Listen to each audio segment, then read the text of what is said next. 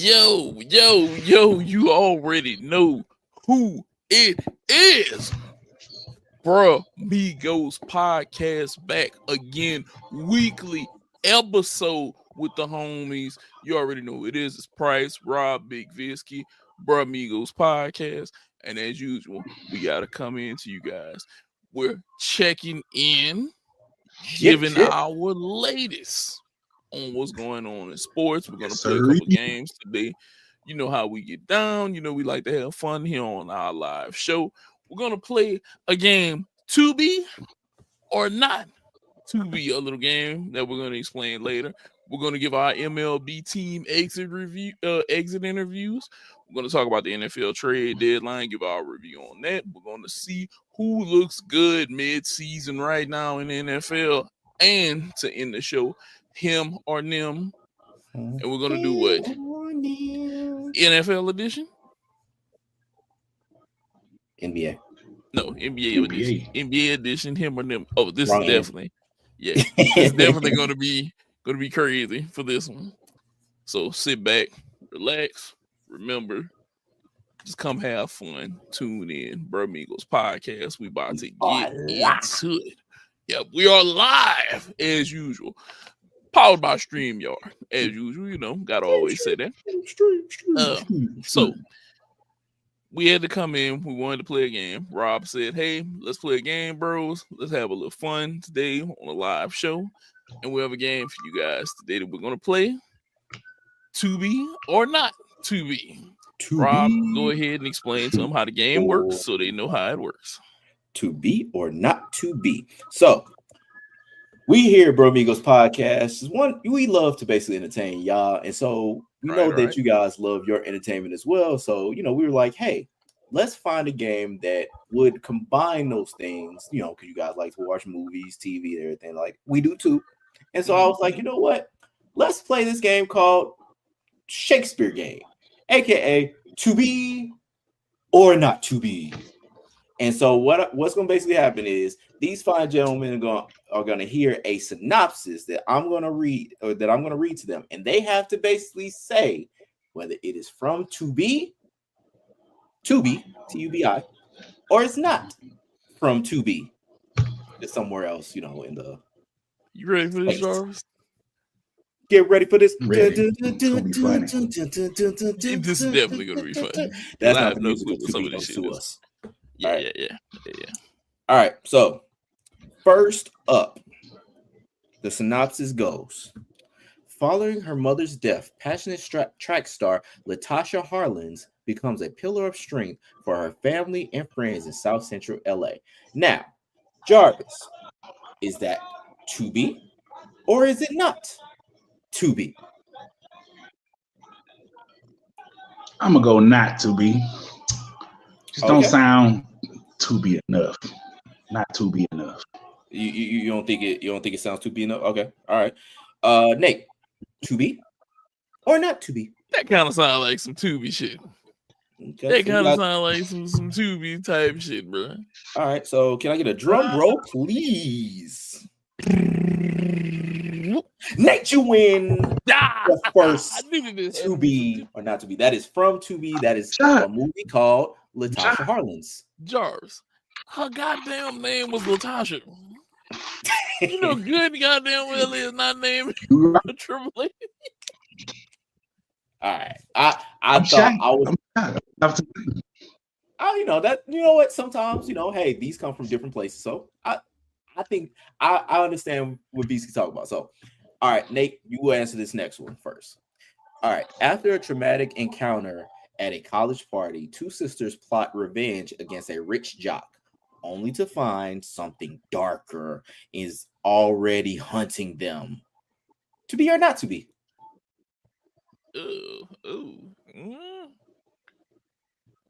Not Tubi? Okay. All right. Basically, Tubi or not Tubi? I'm actually gonna go Not Tubi. Okay. All right. So sounds both you guys, Netflix-ish. final answer, not Tubi. Yeah, not Tubi. Both of y'all wrong, dog. That is from Tubi, The Killing Cove. What? The Killing Cove from Tubi. That sounded more Netflix. Yeah, that did kind of sound different. I can see Netflix. I can see Netflix. I mean, but look, still right now it's 1-0. Nate, he still has a score. All right, this next one. A team of operatives are trapped inside a military compound and experience strange and horrific phenomena as they attempt to uncover what killed the previous team. Jarvis, to be or not to be? Tubi. Okay. All right. Nate, to be or not to be? I think that's not Tubi. That sounds like something I didn't watch before. Really? Yeah. It sounds like something crazy that I didn't watch when I'm on one of them benders and I'm just movie searching. I'm gonna go not Tubi on this one. Okay, so both of y'all locked in. Final answer. Yeah. Mm-hmm. Nate 2-0 or 2-0. Not Tubi. What's the name of that movie?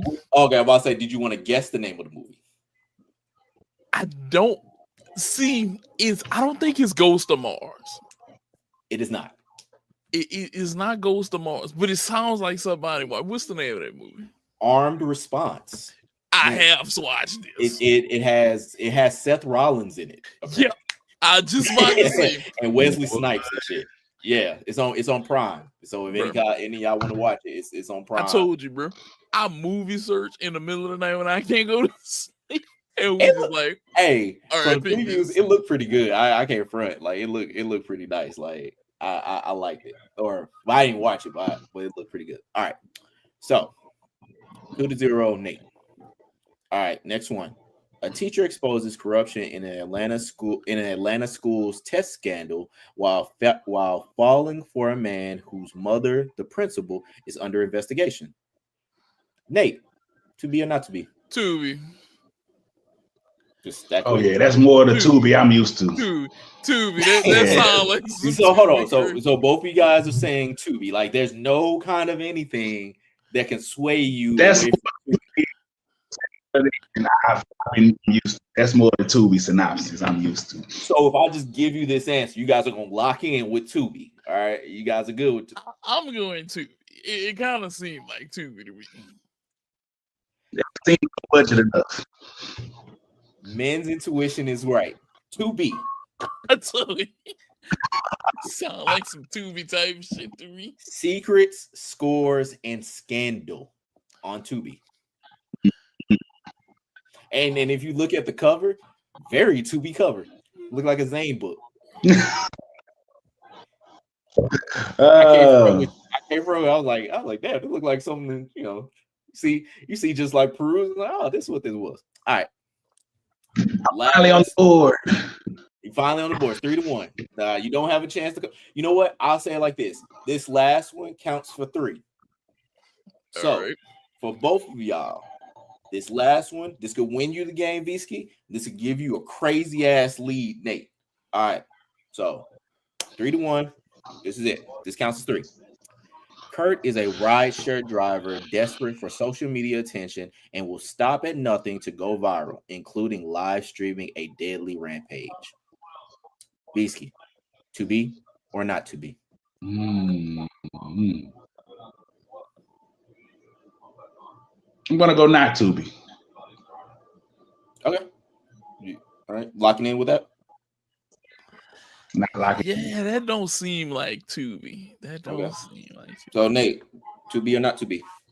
I'll go not Tubi. I don't think that that's Tubi. It might be something cheesy, but I don't think that it's Tubi. So y'all locking in with that? Yeah. Not Tubi? Okay. Both y'all wrong. Oh, that is Tubi. That's Tubi? That is Tubi. A movie called Spree. I thought you were trying to trick us. I was like, it's called Spree. It's on Tubi's, like right on the front page, everything. So man, that is it sounded like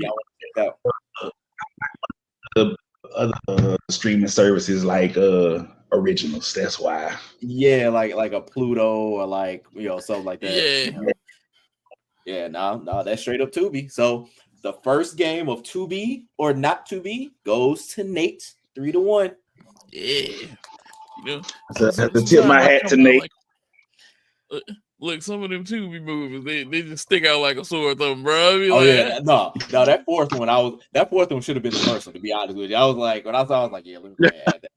I was like, nigga, this looks like a Tubi thing. Look, because Tubi's the only people they throw shit like this is in Atlanta. I was like, but it doesn't matter if it's in Atlanta. Why do y'all do this? Like, nigga, when I tell you, like the Tubi movies that I have seen all look like they were like. You could look, it seemed like they all were shot in Atlanta at the same time. Like you could see like one getting shot and the other one getting shot. And it's always bad. Like it's always so bad. Like why do they do this? It's like I'm so used to the synopsis of my baby daddy, mama, sister, cousin named Tracy. That's the ones I'm used to. I was like, that's my Tubi. Right. You're like, oh yeah. Sins of a Father. Okay, yeah. We're gonna watch that Tubi movie, huh? All right. That shit is crazy. Them shit, some of them shits be crazy though. Sins of a baby father. Now, with that being said, I am the winner of Tubi or Not Tubi, but crown that man. Only the fun has only begun. So, guys, as I was the last to be eliminated, I will go last in my MLB exit interview for my team. So I want to say Jarvis was the first to be eliminated.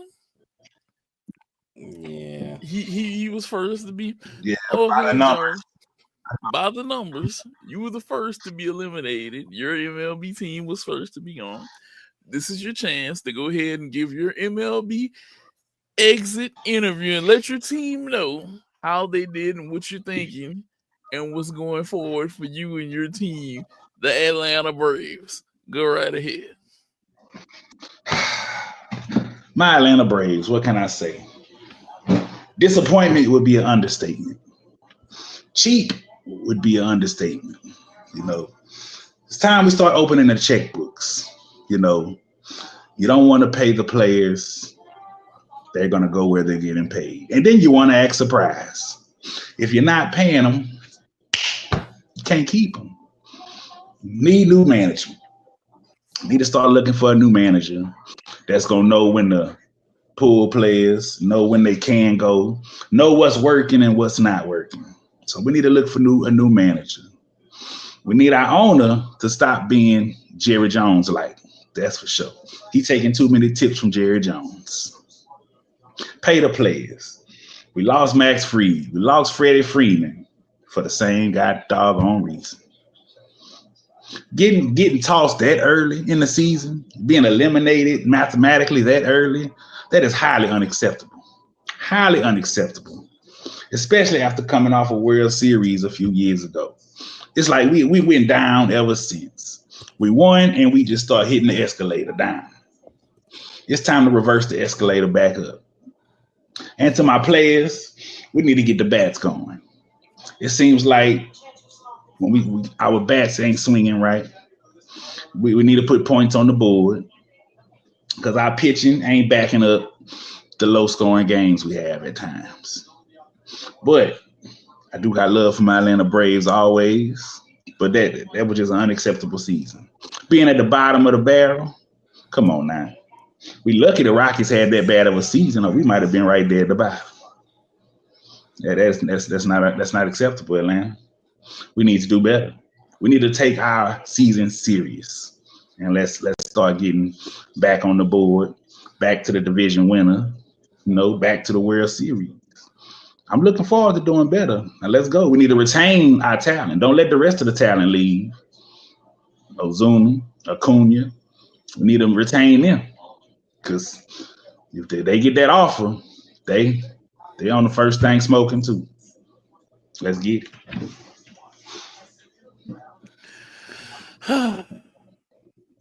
Atlanta, that wasn't too bad of an exit interview. Now, Mr. Rob Bird, what do you have to say for the Redbirds of the Cardinals? What do you have to say in your exit interview? All right. Cardinals, if you can please take a seat. Just want to thank you for taking the time out of your day to meet with me in my office, as you can see. And take the time to basically give you a good evaluation on how you guys did this year. So as you know, we did have a bit of a regression. Went from 83 and 79 to 78 and 84, which, things happen. In the course of the season, we had some injuries. We had things that we just couldn't really bounce back from, things that we really had to work through. Jordan Walker and his performance, when we were really relying on him to kind of take that step up, relying on Nolan Arenado to bounce back, even though he was hurt for most of the year, to having the pitching kind of go up and down and having to figure out, like, what are we going to do? Who is going to get traded at the trade deadline, which ended up being, Ryan Helsley, Phil Maton, all people that, a bunch of relievers that basically came and gave back good products from teams that we can basically use to go forward. Steven Matz as well. But we also have a lot of future that we can really look and rely on this team with, and basically look at and say, this is something that we can build on for the future. JJ Weatherholt is a top 10 MLB prospect. Last time I looked, he was number 9, but I'm going to take a quick look as I'm talking because I can multitask like that, get like me. But this team, the team that we have, is something that we can rely on. We have 4 prospects within the top 100, 2 catchers, and then Liam Dole, the first round pick we had last year. So we have things we can look on. We can also look at Mason Wynn. Mason Wynn just got a Gold Glove, one of the best defensive shortstops in all of Major League Baseball. Didn't win the Platinum Glove. That went to Bobby Witt Jr. He is a fucking beast, so we know that's, sitting on the other end of I-70. But as we sit right now, we have assets that we can at least say can be top of the line guys like Sonny Gray, like Nolan Arenado, but they're going to have to do that. So you gentlemen, Nolan, Sonny, you guys are going to have to step up because we have a lot of young players on this team. When you're talking about Brandon Donovan, when you're talking about Alec Burleson, when you're talking about Victor Scott II, when you're talking about Lars Nootbaar, who may all, be traded or moved out, but these are all guys that basically can be future great guys for this team. But we also need the star back. Nolan, you have to step up. You have to be that dude.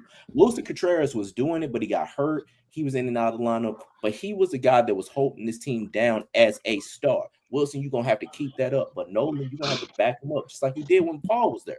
You're going to have to be that guy, okay? You're going to have to do this. But it's possible. Think about it, guys. We got Quinn Matthews that basically been going up and down in the minor leagues.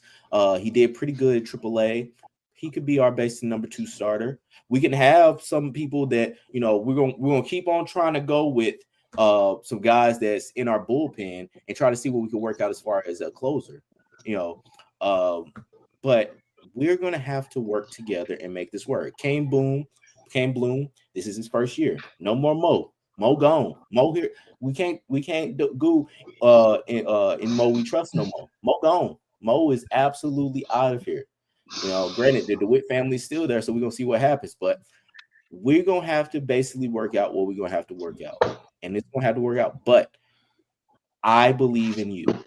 That's the one thing you can basically know, that I believe in this team. I believe that we can basically be better. I believe we could beat those fuck-ass Braves, too. So we can basically make this happen. But it's going to take us together to basically work to form this and get this foundation going and rise up and be the Cardinals of old. But one of the things that I'm going to take away is bring back Whitey.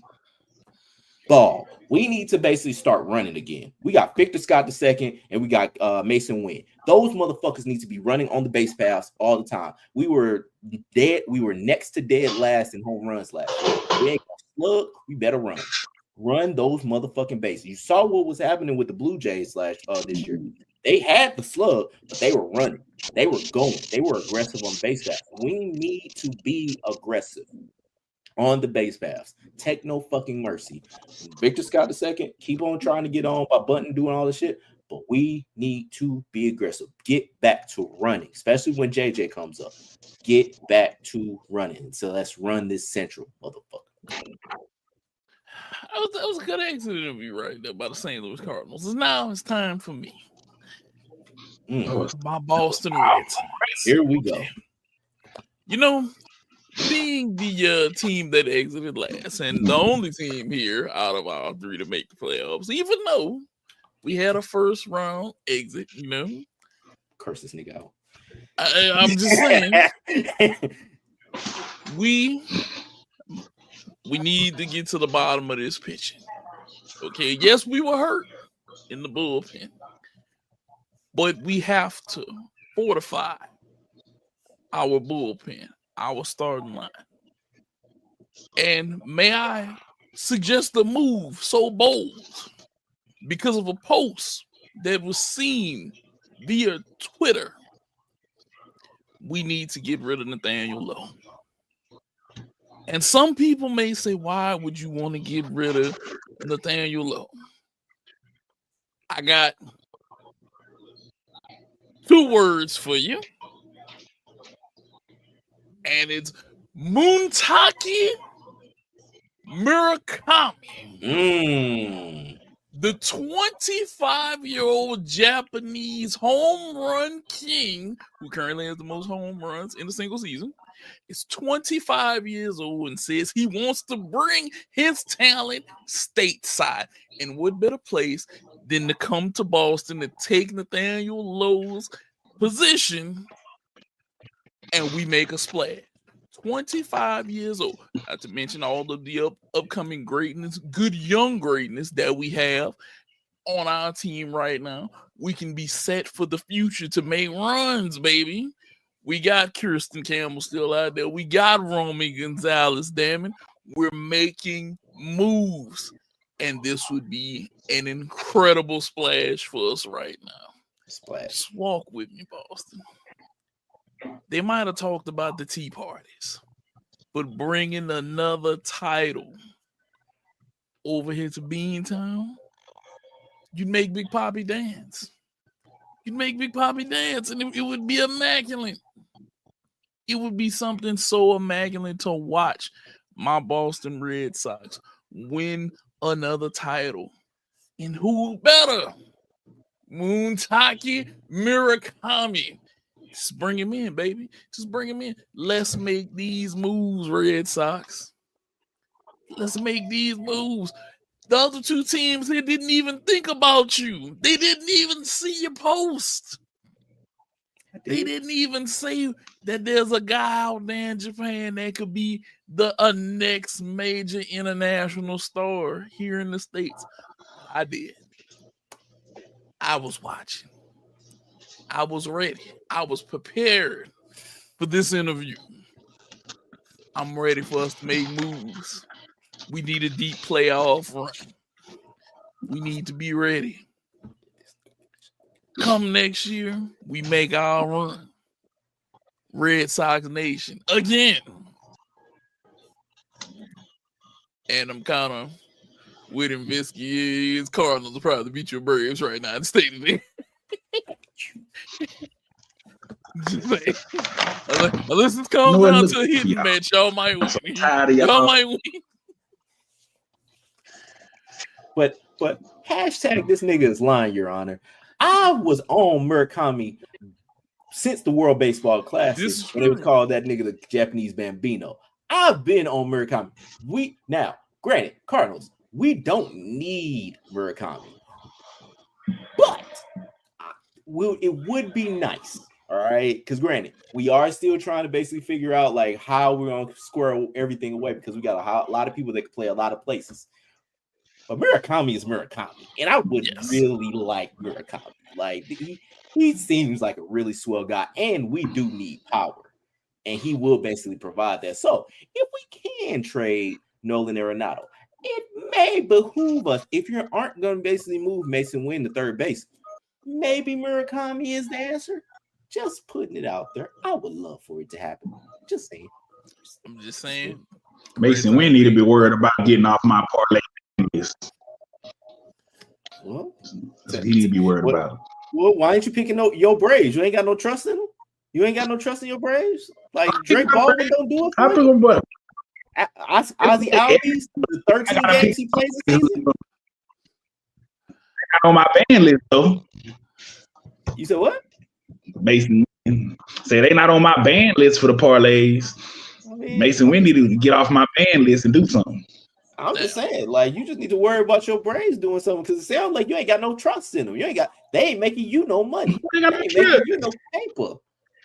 Nah, look, they not on the ban list because they do it. Ozuna hits his mark. I ain't got to worry about when I play Ozuna. But but I get what you're saying because you are right. You are definitely correct. Former Cardinal, I got you. Hold it. Look, that was wrong by me, wrong by him too, but wrong by me, and everything. But I'm just saying, But yeah, you're right. Look, Mason Wynn gonna be nice here. He gonna be our star. If there's anybody on this team that I think could be an honestly superstar on the Cardinals, I think it's Mason Wynn. I think he really does have the star potential and like both in and on and off the field. Like I think he could be that dude. If Acuna stay off the injury list, goddamn. Yeah. You need him to stop being injured before you can do anything. He on the injury. He on and off the injury list more than I change draws. Man, he's just like your LeBron James over there in the Lakers. You should be used to this. Hey, he could stay home. We hot without him. I mean, you don't want sciatica James, like you don't want that.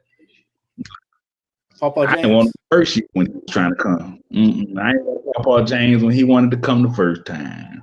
Hey, you got to deal with it now. But moving on, we need to talk about this NFL trade deadline reviews. What did you guys see that you liked? That was a move that you guys like. What did you not like, or who didn't make a move that, it was something that you said, oh, I thought that they might have made a move, but they didn't. So I'm going to start. I will say this. I am a believer that what's going on with the New York Jets is a tragedy, okay? Sauce Gardner escaped Alcatraz, okay? But it's a lot more talent there that's just stuck. They cannot leave. And I feel so bad for some of these guys. They have talented people that just can't get away from their destitute place. Breece Hall cannot get away. Garrett Wilson cannot get away. They are rotting like Al Capone and Alcatraz right now. I am shocked that they didn't make a move to try to move him.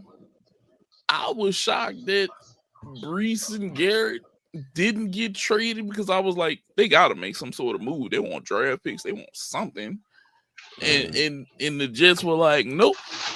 You're sentenced to how many ever years you got left right here in Alcatraz wearing green and white. And you better be out there on Sunday whenever I tell you go play. And I was like, oh, I feel so bad for them. Because I really thought, I truly thought Garrett Wilson would make his way away to any team, to maybe even, he'd be going from Alcatraz to ADX Florence, leaving the Jets and going to the Raiders, Well, maybe I consider that a mid-level prison over there. Mm-hmm. But it'd be better than being out there on that rock with all the water alone. It's one of those things, bro, where I'll say this. It was moves made that I'm not surprised. It's moves that were okay. For example, the Gardner trade, Sauce Gardner winded up in Indianapolis. I know he's happy. But Jets, you have to let these guys go because they're not in purgatory with you. They're in hell. I truly believe that. But that's just, my humble point on things. My humble view on things. Who did you see, Rob? Who did you see, Jarvis? What did you guys see that you liked or didn't like that happened during the trade deadline? So I'll go first, and I'll go the other end of the Jets and basically say that they were the ones that I was like, y'all basically did the best out of all the teams because getting 4 first rounds, first four for what they got for Sauce. For basically what you got, and then getting a Donnie Mitchell from the Colts for basically, for a team that basically got only 1 win, like 1 more win between the 3 of us. Like, yeah, no, I think that they basically pulled the fucking thing out because that is so goddamn crazy. Because granted, Sauce Gardner, I heard like he hasn't given up more than 2 receptions to a wide receiver all year. So even though like his numbers aren't really what they used to be, it's kind of a reason. It's kind of like that Champ Bailey kind of thing, where it's like, yeah, he ain't putting up numbers because they're not going to basically those receivers like that. So, or they ain't throwing to his side of the field. So that was actually really dope. And so like I say kudos to the Jets for getting more for Quentin Williams and Sauce Gardner's 2 guys that basically still can be premier, especially for your Cowboys, Jarvis, with Williams. Like, I think that they really won the trade deadline. Like, getting 4 first rounders when you don't see first rounders really even go anymore. Yeah. Like that's I guess it wasn't 4 first rounders. It was 3 first rounders, and they get the highest pick, whatever Dallas had. So yeah, that's huge. That's really huge. You don't see first rounders even getting moved like that. So getting that for them, kudos to y'all. What about you, Visky? What did you see that surprised you or didn't surprise you? The trade I love the most was the Seahawks getting Rashid Shaheed to add to the wide receiver. I love that one. I loved it. And especially for like a 4th round, they didn't give up too high of a pick. That is going to set off the receiving core. I mean, it sucks for the Saints because that was probably the top wide receiver that they shipping off, but especially because all they got was a 4th and a 6th, like Rashid Shaheed on the other side of Jay. That's just going to add to the receiving core. I love it. And I do find interesting, I want to see what Jacoby Myers does with the Jaguars. Getting out of that shithole of a franchise from the Raiders. Even though that's going to mess up my fantasy a little bit, but hey, I'll talk about that right now. And my Cowboys, Jerry Jones will be cheap with the checkbook, but overpay with picks. First round, huh? Yeah. You don't want to pay nobody, but you'll give up a first round pick. Come on now. Then we gave up 2 first round picks. First round. No, y'all gave up. Because we gave up a first round pick for linebacker Logan Wilson to the Bengals. That wasn't a first round. It wasn't. Yeah, I was about to say, I don't think it was a 7th. That was a 7th. I thought what I'm seeing is we gave up a first round. That's what maybe my source could be wrong. No, I'm seeing a 7th rounder. I'll say this. Maybe my source is wrong. The Saints got robbed in a way that I heard my uncle describe it that made so much sense. And I was like, that's right. He said basically Seattle went into the bank with a wooden gun and put it to the glass and said, give me what you have best. And they did it. And he walked away with it. And there was nothing that they could do about it because they just got somebody to put across from JSN. JSN is a fucking stud. Shit, I would say JSN and Cooper Kupp. Yeah. And now you're literally going to free up like all of the under routes for Cooper Kupp now because now you have to respect Sheed. You have to respect JSN constantly. Cooper Kupp is going to be wide open. Yeah. Cooper Kupp is going to be wide open. Because it sounded like they was trying to do that with Marquez Valdez-Scantling, and I guess it didn't work out because they released him. But they probably released him because they got Shaheed, and Shaheed is a great return man. So like, not only do you basically have like a fucking burner that you can basically use, now you basically got somebody that could really blow your special teams up and basically get. Yeah, man, that was one of my that was probably my second favorite one outside of Adafi Awe going to the Chargers. I thought that was gonna be good, especially with Khalil Mack still being hurt. Yeah, which whenever he comes back with Adafi, they are gonna wreck. Nigga. Like, that is scary. Yeah. Because if Justin Herbert can keep finding his way and staying on the right track, and that defense keeps amping up,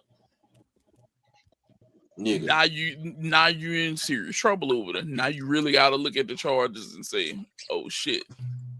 Not only can they go get 30, but they can wreck shop on defense and hold the team down.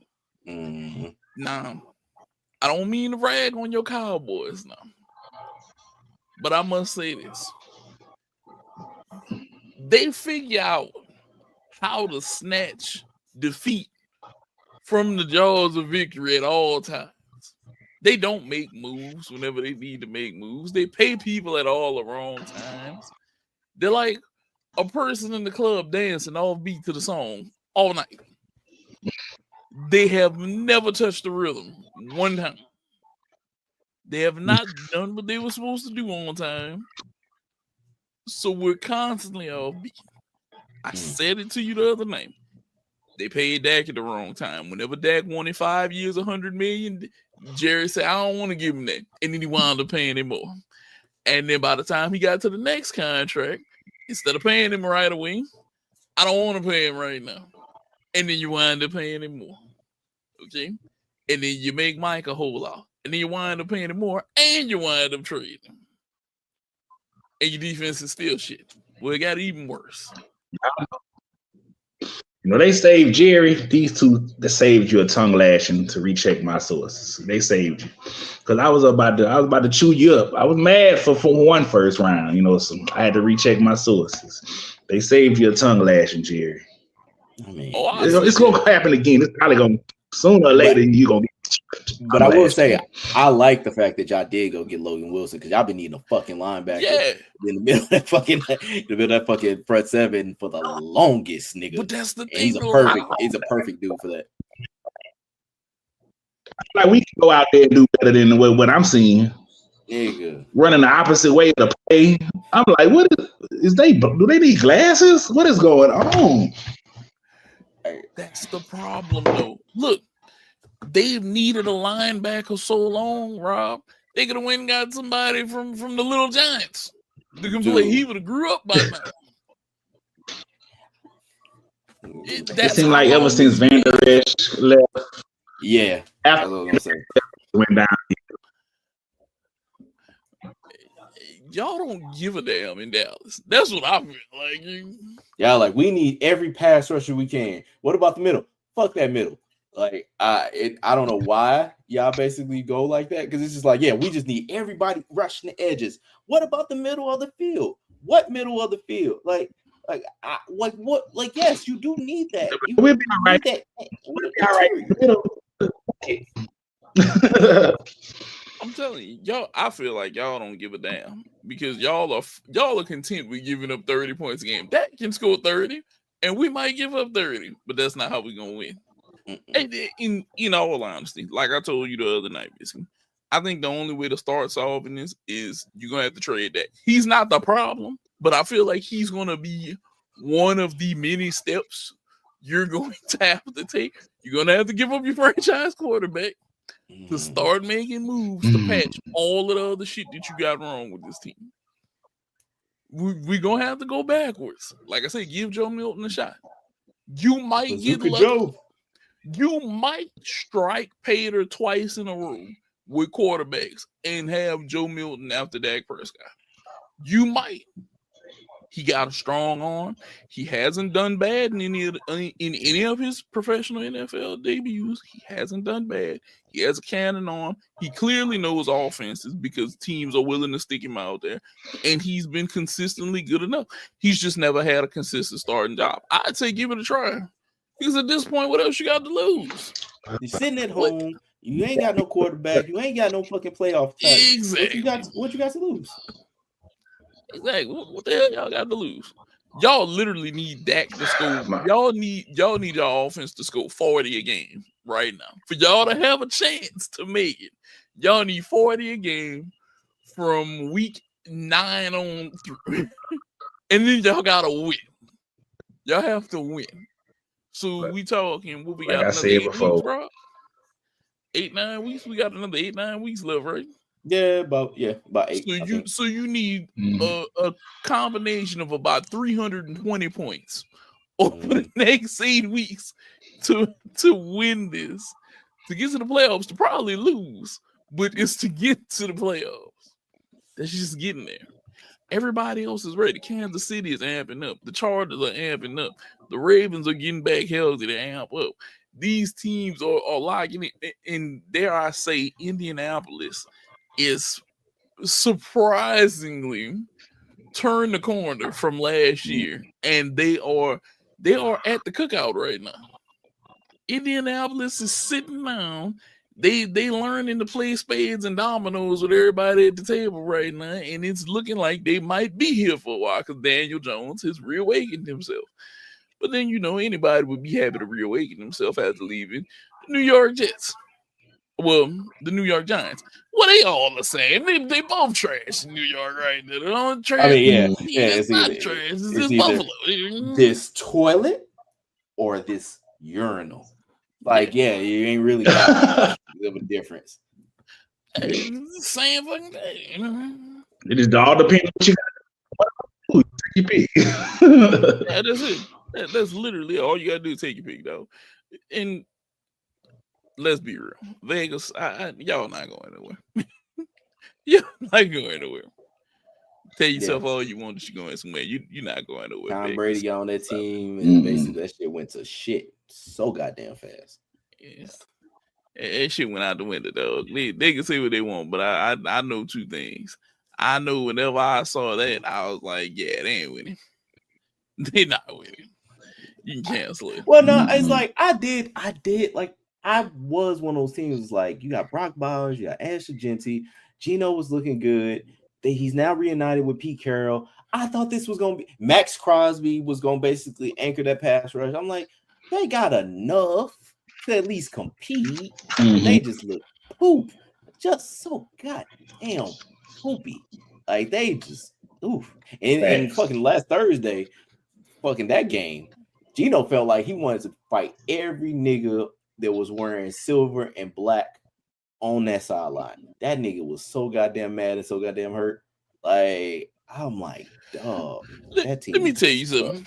That team sucks so much right now. Is like, if you're a Raider fan, just give up right now. Just give up. Hang that shit up right now. It's like, seek help. Yeah, seek help. Do anything except that. I'm asking my barber. My barber is from California and a Raiders fan, and I got an appointment Monday, so I'm asking him about that. How he feel? Ask him after. Yeah. Yeah. I get the cut first. Like, yo, so man, y'all Raiders that shit. Like, man, y'all ever gonna pull that shit? Y'all ever push your shit out the fucking toilet? Like, oh no, oh really? Yeah. He might get you. He might get you right now. He might get you. Now, you might have a reverse mohawk going on playing with that man. All right. It's a strip. But, we're going to get away from the NFL trade deadline, and we're going to talk about a little bit of positive stuff. Who do you feel looks good mid-season right now? They starting to hit their stride. What teams do you guys feel like they're going to be an issue going forth right now in this season? Who you guys got? Davisky, you want to go first? And I'll be honest, surprisingly, who looks good to me as a whole is the NFC West. Even though without Brock Purdy, the 49ers, record-wise, are still up there. Seahawks, Rams, 49ers, that could possibly be all three making it to the playoffs, depending on how things fall. And except for Puka Nacua, Kyron Williams, and Stafford, they doing the damn thing. The Rams, no words need to be said about the Seahawks. 49ers still hanging in there without Brock Purdy, and they receiving core, which I feel like is a little shaky, but they still hanging in there. So to me, I like the way the NFC West is looking. And I still don't even know how the Eagles are maintaining. Because you don't hear nothing about them, and they just there. They're just there. AFC wise, Kansas City, they looking good. Can't count them out. They looking good. And honestly, the Broncos, they looking good, but I don't think they really have too many quality wins. But their defense is amazing. I have an defense is amazing.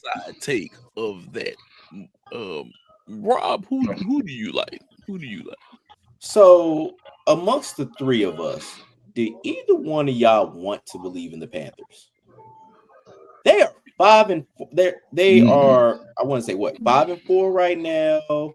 Like they are. Let me check the standings, but I want to say they're high up in that NFC South.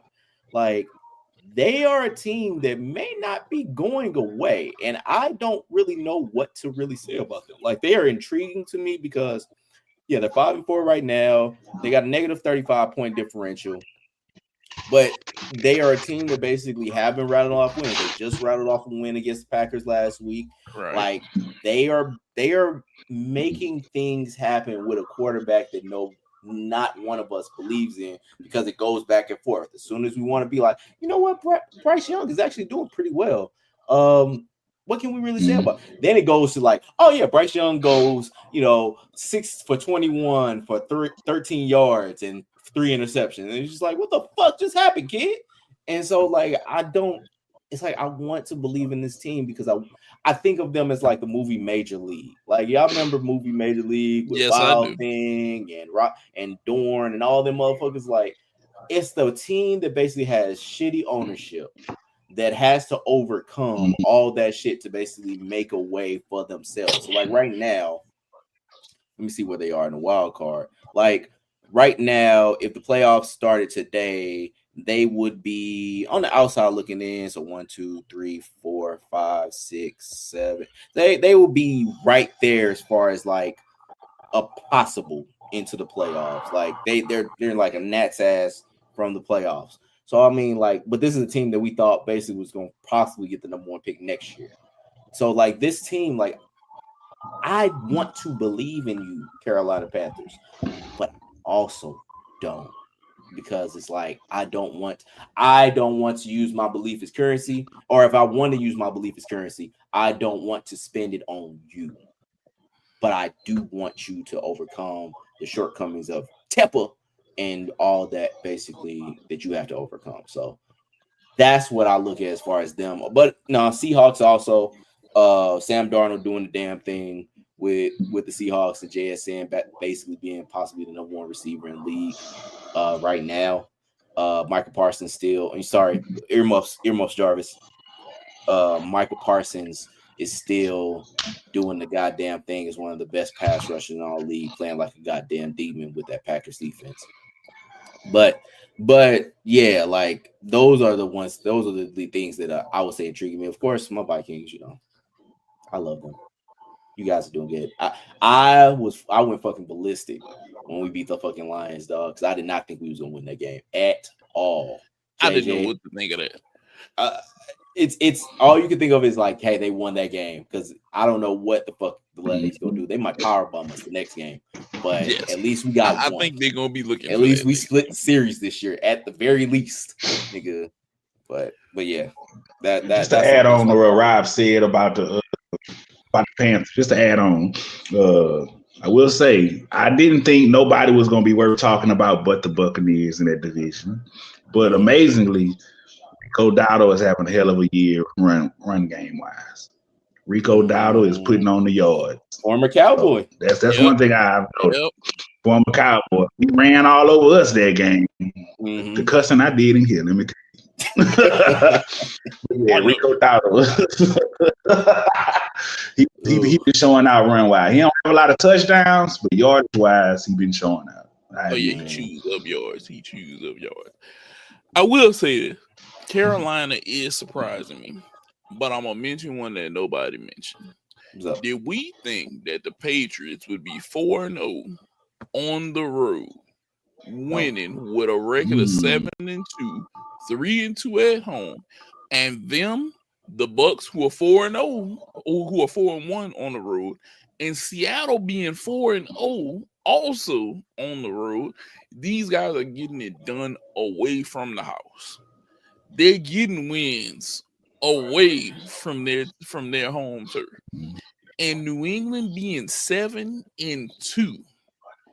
Let me tell you, who would have thought post Tom Brady era, after Mac Jones not working out, they draft Drake May, they rehaul the defense, they've put together some substance of an offense, and they're winning. Yeah, they're figuring out how to win. They're not spectacular. They've only had one true just monkey stomping. That was the Panthers. They beat them 42-13. But if I run it down, they lost to the Raiders 20-13. Don't know how that happened because now the Raiders look like absolute caca trash. But then they win against Miami in Miami 33-27. They do lose to the Steelers 21-14. But then they just peeled off 6 in a row. Panthers, they beat the Bills. They beat Josh Allen. They beat the Saints. They beat the Titans. They beat the Browns. They beat the Falcons. Now, you can say, where's the quality in the win? But I'll say this. That Bills win was a quality win. 23-20 against the Bills. The Bills have been in the playoffs past few years. That's a quality win. Yes. And then they went over the Titans. Brand new rookie quarterback. Cam Ward is still trying to find himself. They took advantage of that 31-13. They beat the Browns 32-13. It's the Browns. It's like that little video. We're the Cleveland Browns. They'll even figure out how to lose in a bye week. As far as I'm concerned. You know who did? You know who didn't win against the Cleveland Browns, though? Fucking Packers. Green Bay. Shout to Roger. I don't know how that happened. I don't know how that happened. They lost to the Packers. They lost to the... Yeah, go ahead. And then they, after beating the Browns, they beat the Falcons. Now they are going to have a test coming up. They playing the Bucks at the Bucks house, which I cannot lie. I'm going to say this. Baker Mayfield deserves his flowers for what he doing. Yes. Cleveland, you ran him out whenever he was doing good. And now he's in Tampa Bay winning.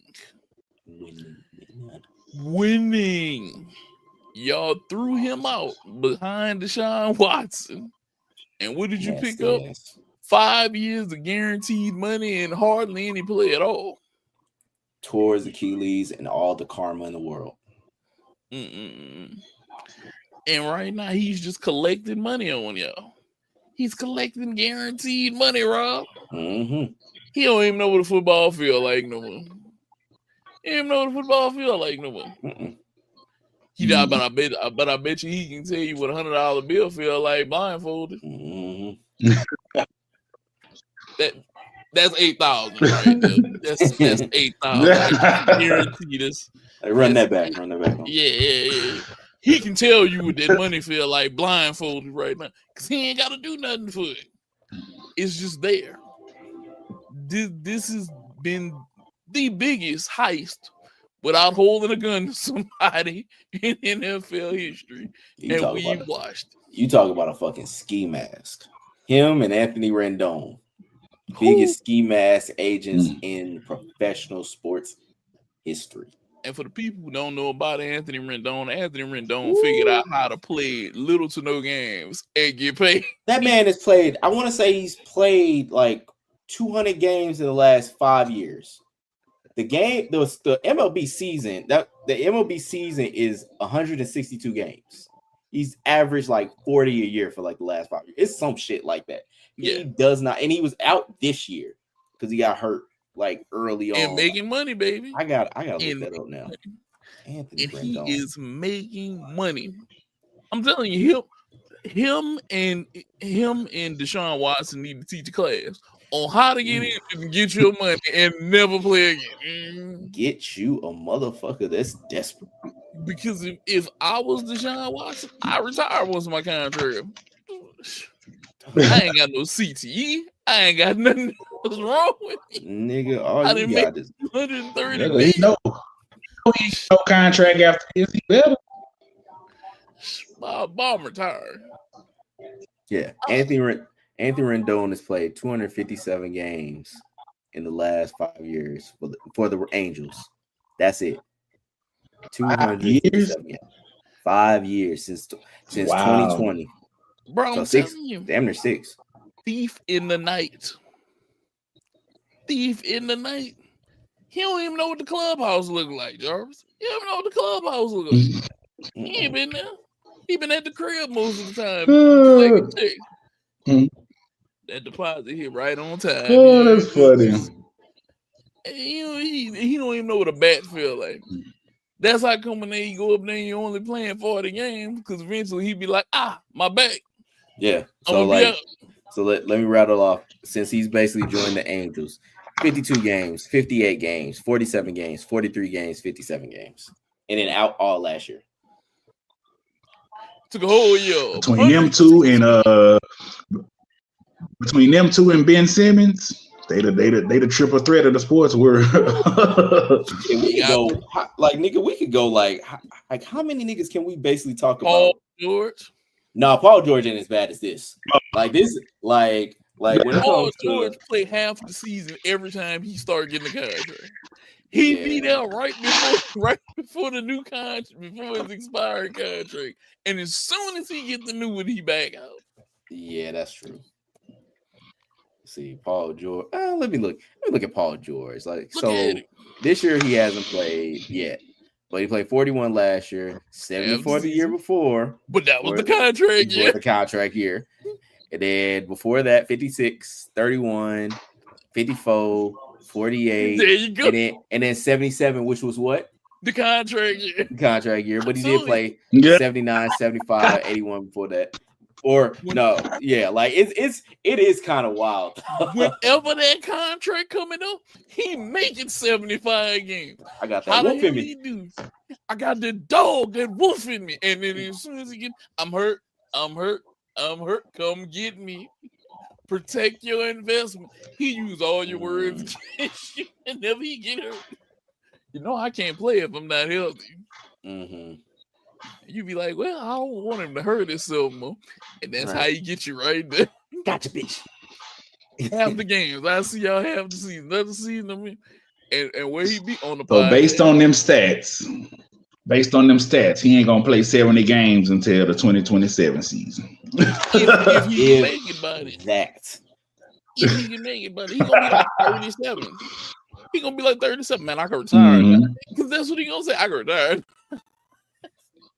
I don't have to play no more. That's all he gotta say. He has made Philly. Let me tell you something. And this is a little bit off subject.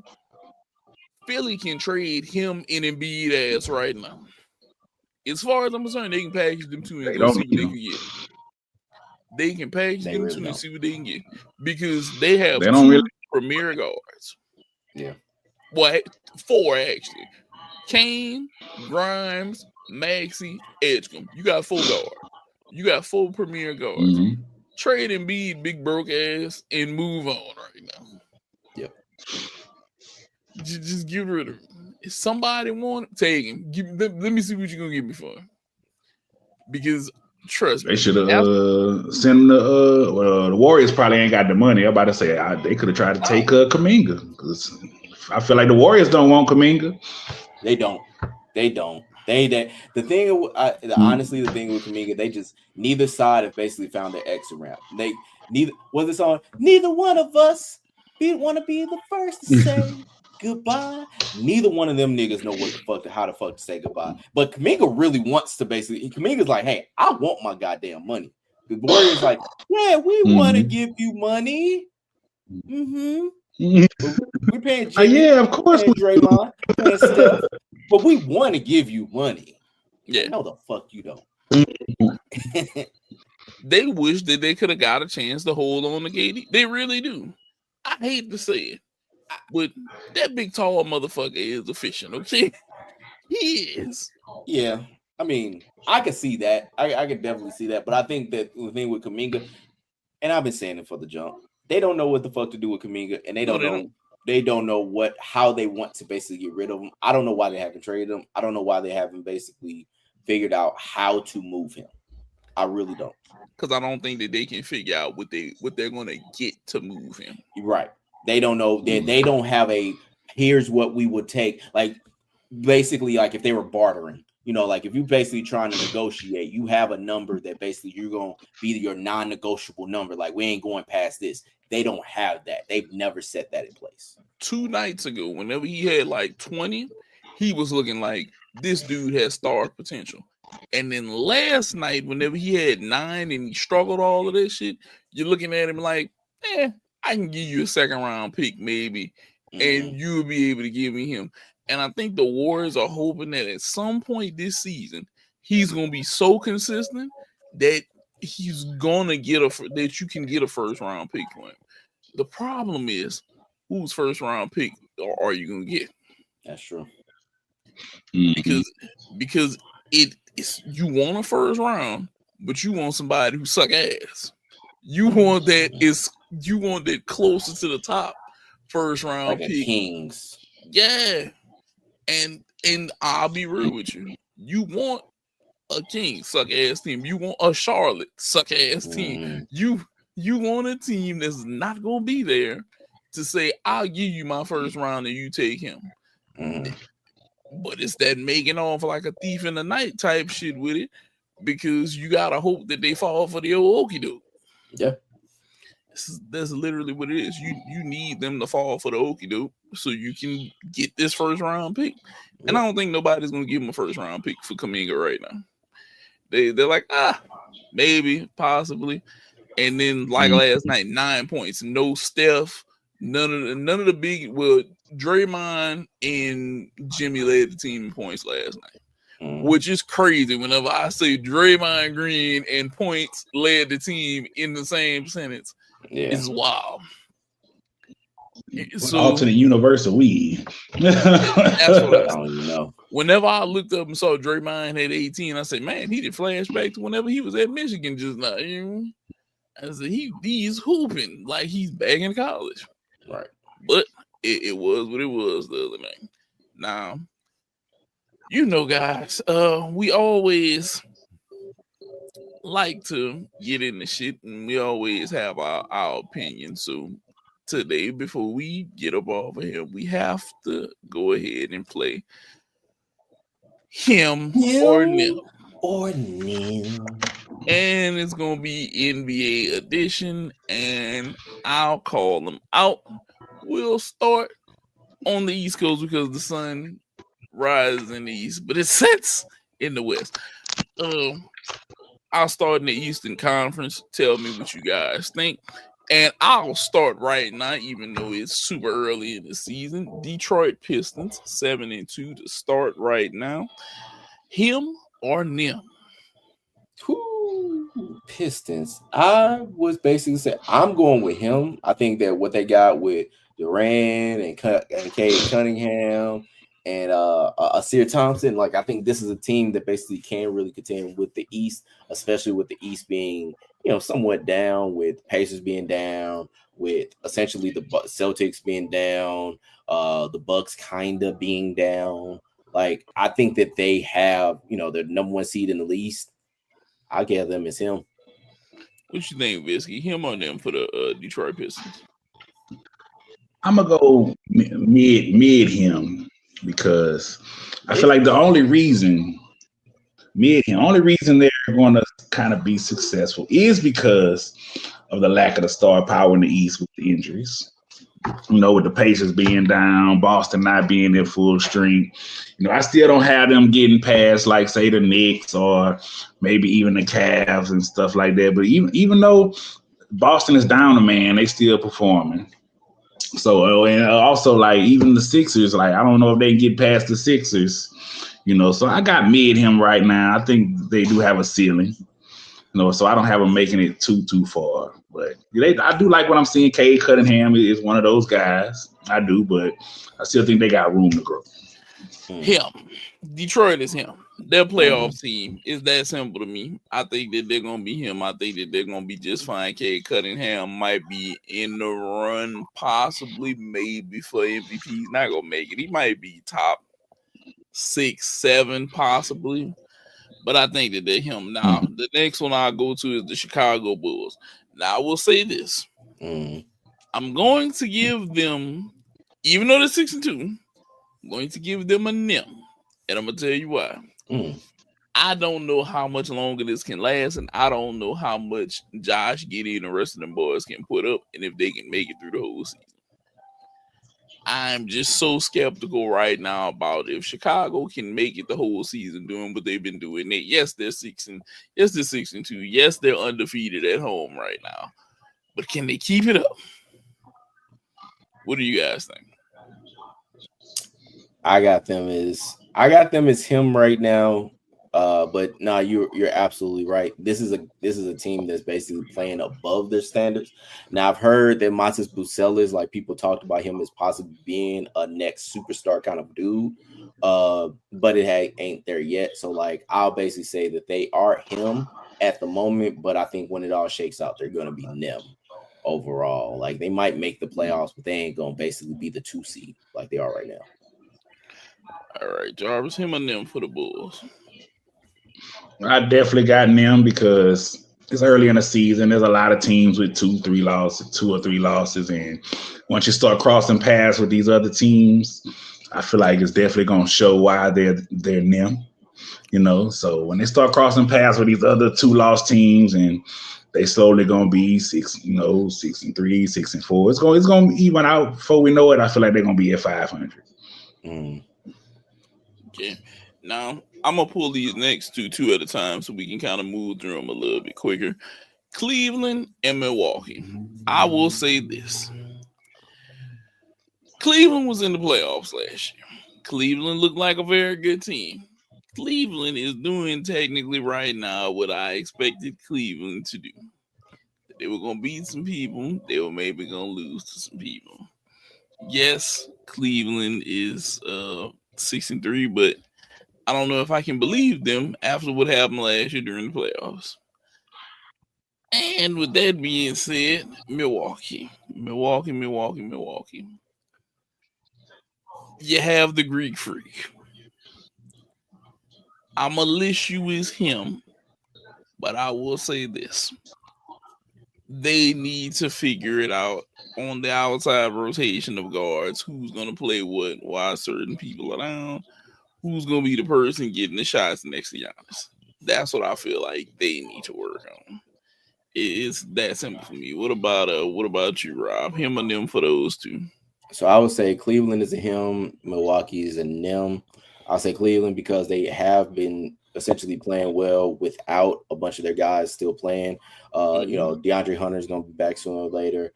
If he's not back already, Darius Garland just came back. Like, with the team that they have, they basically didn't really lose much of anything since that team versus a lot of these other teams that fell off. But no, I think they could be the number 1 seed, when it's all said and done. But no, I got them as him. Milwaukee, I think they're going to be them overall. Giannis is going to have to do a lot of heavy lifting, which the whole thing about the offseason was essentially that Giannis might be going because this team is not something that can be sustained with him. And shoot, we got to look at, maybe he gets traded at the trade deadline. Who knows? But no, I got them as them. What about you, Visky? Cleveland and Milwaukee. I'm going to have to definitely agree with Rob on this one. I got Cleveland as him. Spider's that man. a beast of a basketball player.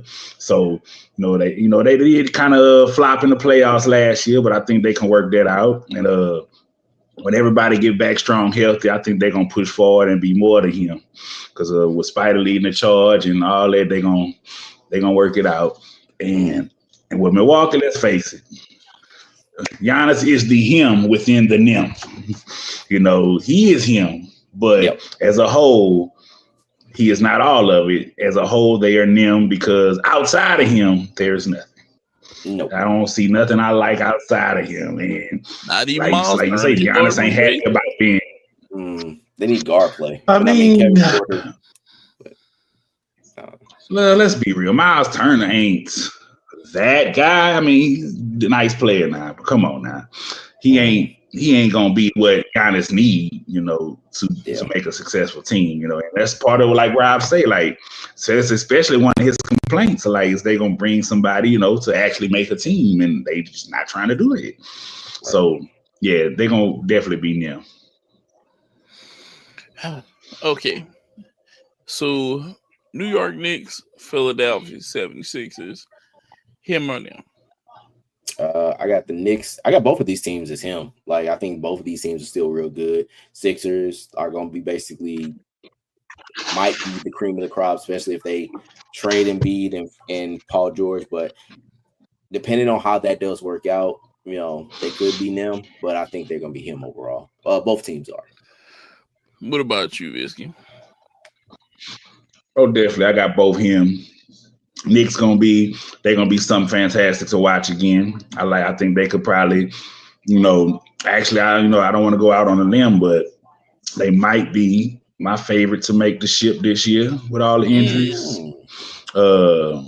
If they could play consistent like they did last year with Boston and Indy hurting, they're looking like a top contender to me. Philly, they him. The only way they go to them is if they bring out Paul Street Clothes George. If he come back, they could turn him in. Regular season year. No, I hate to say it, but the way they playing right now without him, trying to incorporate him into that flow could definitely turn him into them, but they him right now. Mm-hmm. Yeah, I gotta agree with y'all. Both of them definitely are him. They definitely rolling. I like the direction that both of these teams are going. Tyrese Maxey, freaking Edge coming just showing that's rookie of the year this year. That's rookie of the year. Yes, that boy good. That boy good. That boy good. That boy good. He's definitely gonna be rookie of the year. He has it on lock. Now, I'm gonna group these three teams together, and I'm explain why. Miami, Toronto, and Atlanta, I feel like are all them.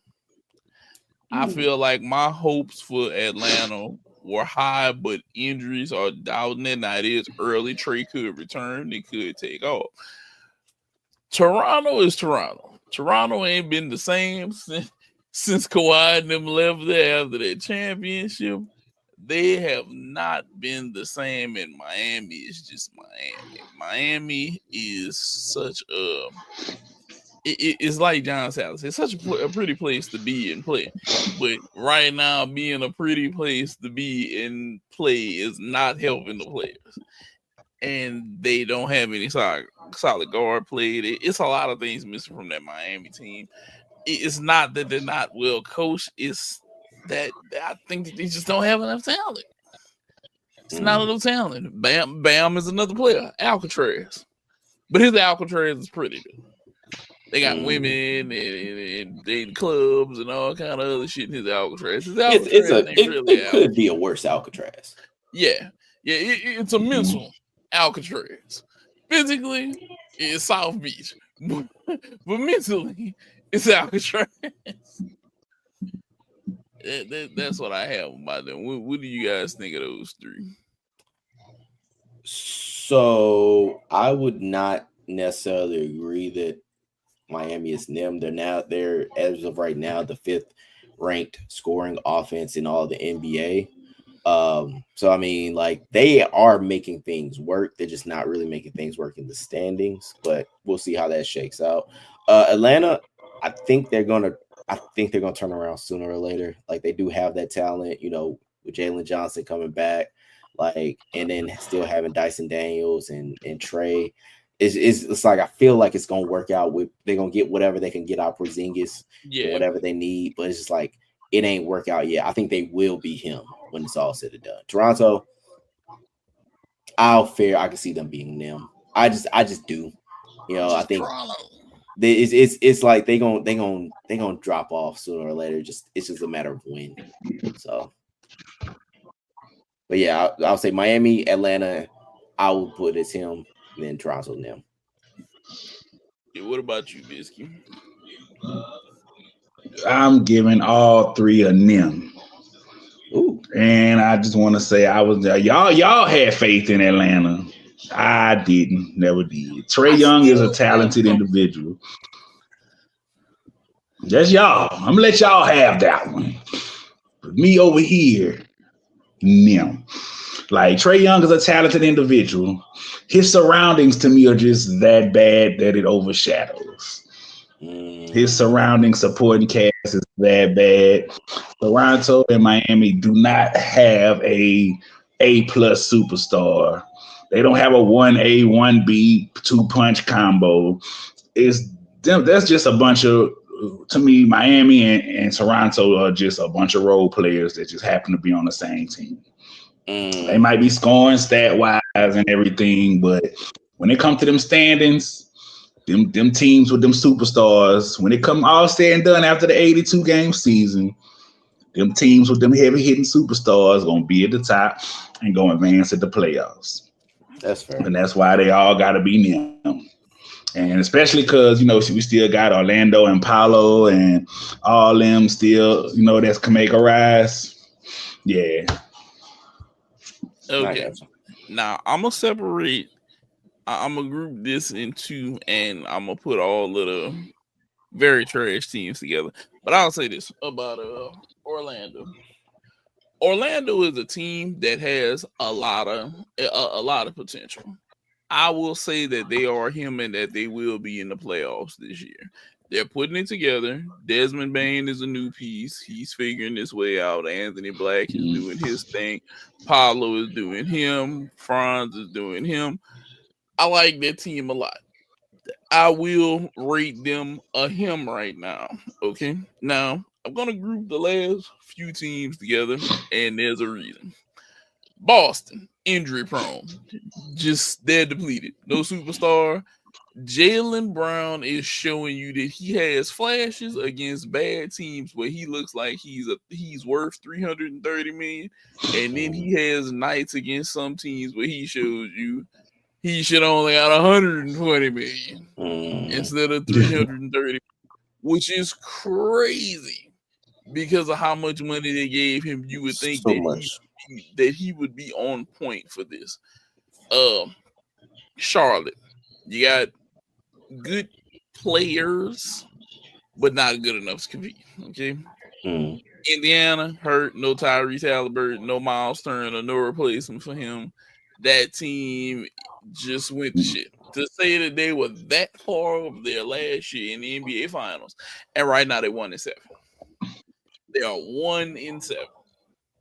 Pascal Siakam is the only saving grace that they have there right now. The Brooklyn Nets are just the Brooklyn Nets. They're like the Cleveland Browns. They are there. They are there. Them and the Washington Wizards. How dare I say this? Washington Wizards 1-8. Just whenever I thought it could get no lower, after Bradley Beal left and everything else, Billy Mays come out and said, and wait, there's more. And he showed you how much more trash that Washington Wizards team could be. And I sit in befuddlement sometimes watching them. And I talk like Thugnificent and say, sometimes I wonder, what did they do to piss that nigga off. Because clearly they did something to the basketball gods to be 1-8 and had a trash ass year last year and starting to have a trash ass year already this year and not doing nothing. Nothing. It's amazing. It's amazing that team is that trash. And nobody's like, maybe I should go see what's going on in the Wizards game. You know why? Because of that trash.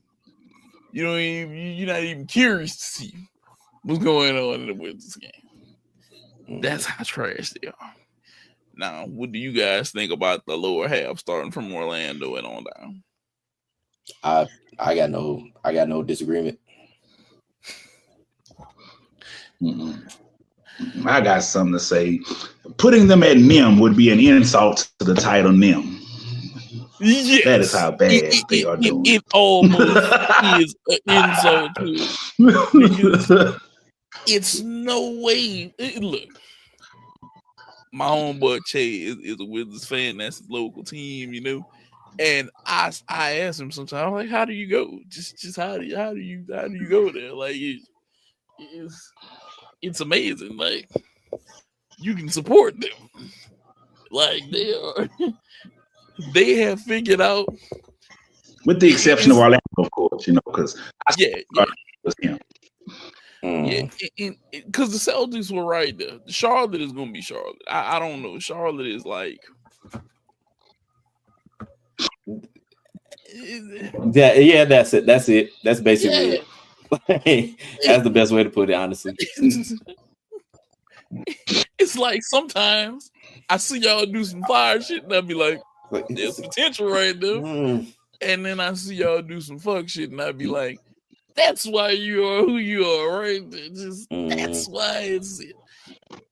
And all I can do is just point at them.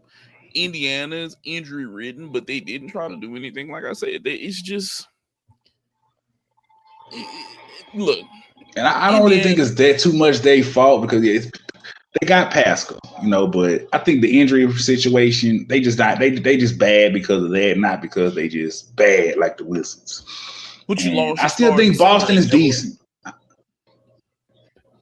Oh, true. Okay, maybe we can call Boston decent, but right now they are 4-6. They're outside the top 10. But the problem with calling them decent is their $330 million other star who's supposed to be a star is not being a star right now. She's not being a star. Derek White outplayed him. That's Derek White team right now. This is all I'm gonna say, and I'm gonna give this comparison before we jump to the other conference. Y'all tell me if I'm right or wrong, and I'll take this anywhere y'all put this. Let's say they gave Luka $330 million, right? And Luka came out there and was only averaging. Right now he's averaging what? He's averaging right at. Let's see.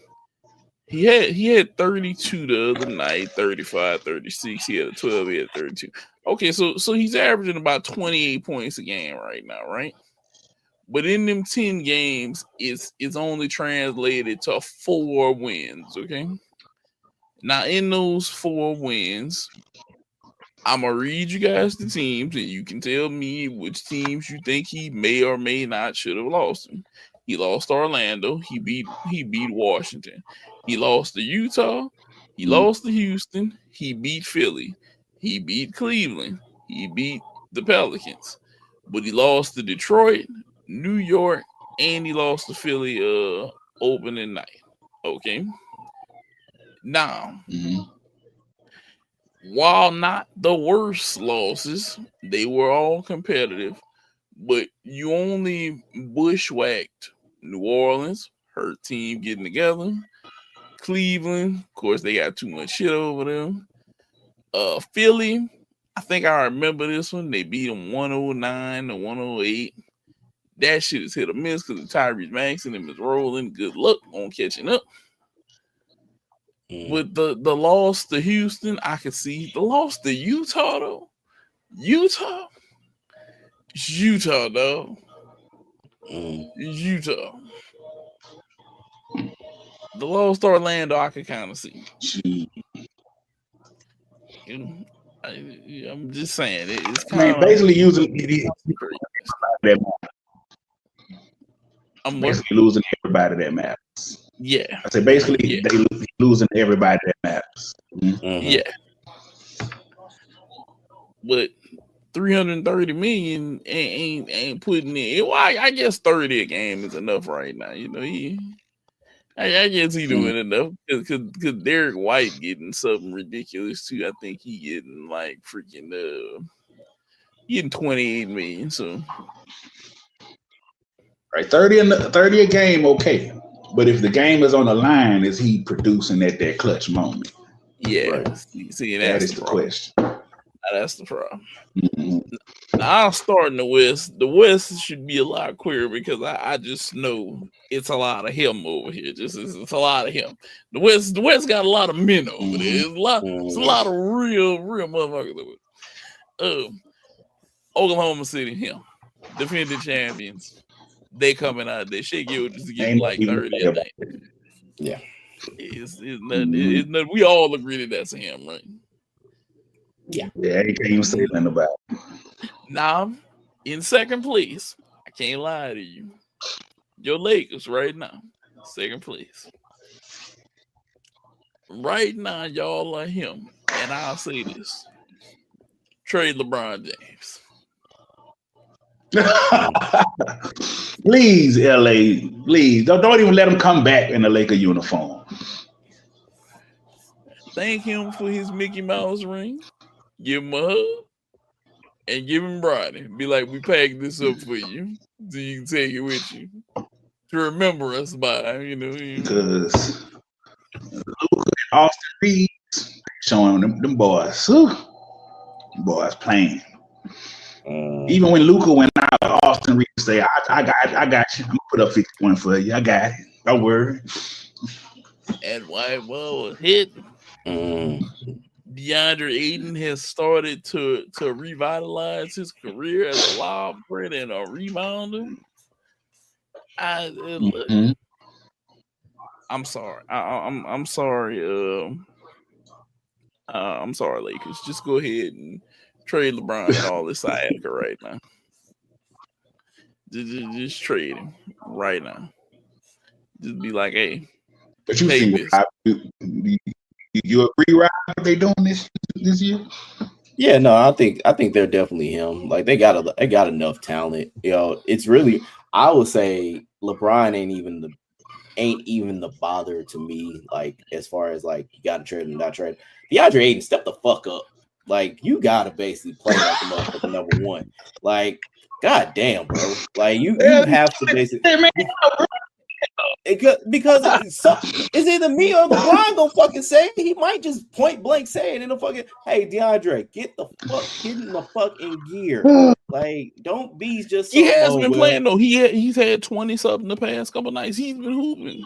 Yeah, I feel like fucking Chuck when basically I think about him, man. Like you are not playing to your potential, dog. You need to. Like when they were, because that was the one thing I would say out of all things I agree with Chuck and Shaq. It's like, nigga, this is your contract here, and you motherfucking averaging 17 and 8 with motherfucking LeBron on the bench, or LeBron ain't in there, Luka ain't in there. Motherfucker, you need to be averaging 25 and 20. Nigga, you need to basically play like, hey, this is last chance for you. Like you need to basically play like this is it. Either I'm going to be here or I'm going to be in a JUCO. Like you basically need to play like that. You need to be the dominant center because that's what they are looking for. They don't need Shaq in the post, but they at least need something, nigga. You need to play like Dave Chappelle said Kobe was playing during that case. Like they throw him the ball and say, play me like me. Like, bro, this is it for you. Like, this is straight up before. This is it before knee how. Like, nigga, this is it for you. Yeah, you're right. You hear that, DeAndre? You better step it up. You better ask Rui how you basically speak Japanese because that's where the fuck you going next. Like, I need some Mandarin lessons if you know it. Really. Look, you got a cousin or something that can help teach me. Like something like you gonna have to do something, bro, because you ain't gonna be in the United States playing like this, dog. Yeah, it's gonna be crazy, but Ni Hao is the next step for him. That's a great way to put it for him. San Antonio Spurs. Okay, yeah, him. You're saying it to him? Okay, yeah. So I'll say this: the team is him, but that 7'5" dude, I'm a little skeptical on him right now. He came out the gate banging. Okay, he came out the gate banging. No, it's been a couple games now. I thought you were talking about one game. He went like 9 points. I was like, come on. No. It's been a couple games now. And what really upset me is the other night, whenever they played your Lakers, they put Luka on him at one point. Luka is not a defender. You are supposed to murderize his ass whenever you get him. And I was like, what you doing? I was like, do you know what happened to Luka if Luka would have switched on the Shaq back in the day? We would have been praying that he make it out of the hospital. Yeah. We would have been like, damn man, we hope Luka make it.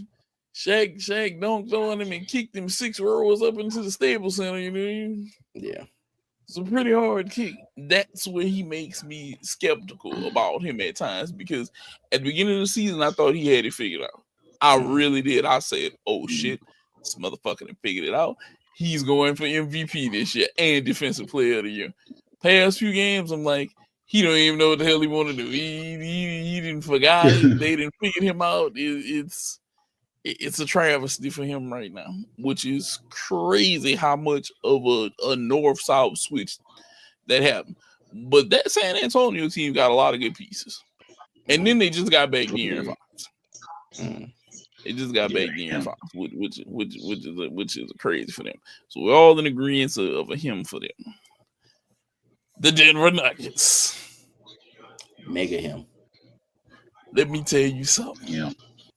Jokic has been triple doubling out already this season, okay? I'm going to say this. Teams, look, at this point, how Jokic balls so effortlessly on the court, and he's out here 26-9-9, 33, 16, and 15. 34, 14, and 7, 21, 9, and 14, 21, 10, and 12. He's just out here just making passes and hitting shots and grabbing boards. And then Jamal Murray is looking like the old Jamal Murray now, like he's healthy. And Aaron Gordon had that freaking 50-point game that they got out of him. I'll see it. Look, the man said it best. You might want to hold on to your pants, because it's about to get crazy around here. And Denver, look, it can get crazy. Denver is so much him. It is ridiculous. Ridiculous. Definitely. Like, it's no words I need to say. It's him. He's putting us in the proof is in the pudding. Him. Now, here's the real question. Will they cheat Jokic out of another MVP? No, I can't think. Well, it's real early, but I can't see anybody else basically. You don't think that they could cheat him out of MVP? Nah. Because this year, like the way he's playing this year, dog, like nah. I don't see anybody else. If he basically keeps up this pace, I don't see anybody else. You don't think that they could go with that? Oh, Shea got 30, whatever, 30 and whatever. You don't think that they might give it to him with Shea with like 30-something points? If he has to keep a triple-double average, that'll be Shea. Because Shea already got his. I mean, Shea is basically lapping the whole fucking league in points, but like it's nah.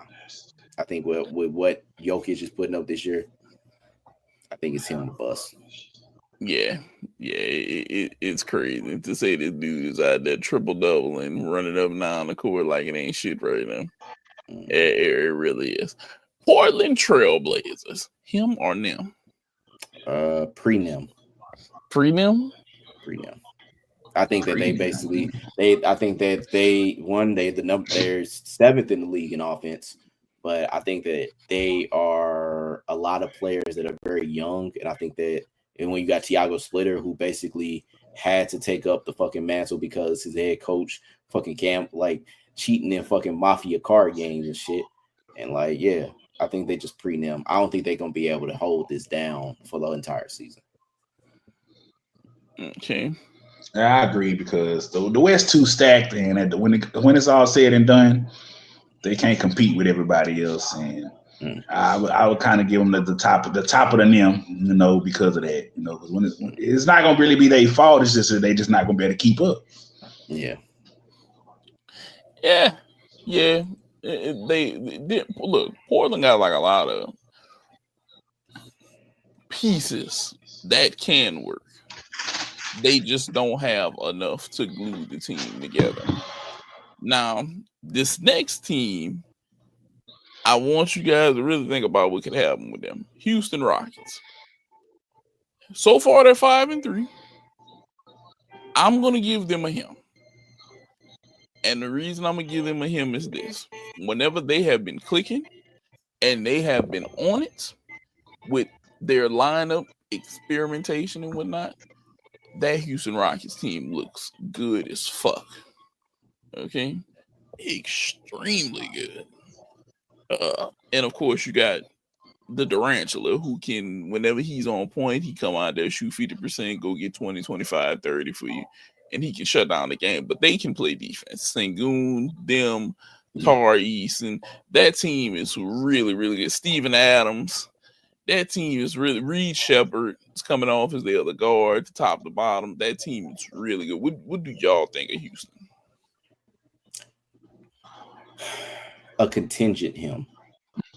And the reason why I say that is because they need a point guard. They need a person to steer. They need a veteran point guard to steer the ship. They need an Andre Miller. They need a Mike Conley. They need a something that basically they need a veteran point guard to steer their ship. And I don't know if they're going to get that this year. They're trying to basically make Amen Thompson that point guard.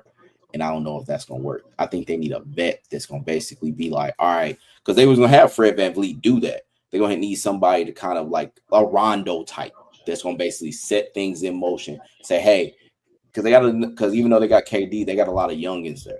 And so, like, I think they need that to basically get them going. Like, if they could – that's the problem. Like, there's not that many like veteran point guards that's going to be able to do that. Like, if they could get TJ McConnell off the Pacers, I mean, it might be hard, but like that might be something that they might have to look at, especially with how the Pacers are going down. Yeah, Pacers are kind of sinking like Titanic a little bit right now. Just a wee bit, Jarvis. I would definitely give him. Yeah, I know. I know. But I would give him, and I just think the record is kind of just reflecting chemistry at the moment, and I do somewhat agree with the whole point guard situation. But if they can make it work with what they have and get the chemistry flowing, because of the different type of lineup it is, and if they could get one of them in there to actually play that point guard type of role, I think it could be real dangerous if they get that chemistry together. Because of the size differential of the lineup, I don't think if they get the chemistry, I don't think people would really know how to defend it. Yeah. And that could come in as a plus. So I got him, and when they get that chemistry down, I feel like they could probably get that upper tier him. Yeah, I can definitely see that with them. Minnesota Timberwolves just got Ant-Man back last night. He goes crazy, 37. Julius Randle has been holding the ship. They're back above 500 slightly right now. How do we feel about the T-Wolves, guys? Him? Oh, yeah. They're going to be there. They're going to be there. They're going to be there when it all said and done. Yeah, like, they're going to be there? Top 6 at the very least. Top 6? I'll do you one better, and... Well, yeah, I'll go with top 6. I'll go with top 6. Yeah, I'll go with top 6. I think six will work. 6 definitely. Yeah, because like Trailblazers right now, number 5, they gonna get knocked out, and they they're gonna drop. Gonna basically be in that spot, or at least it's somewhere in that mix. Mm-hmm.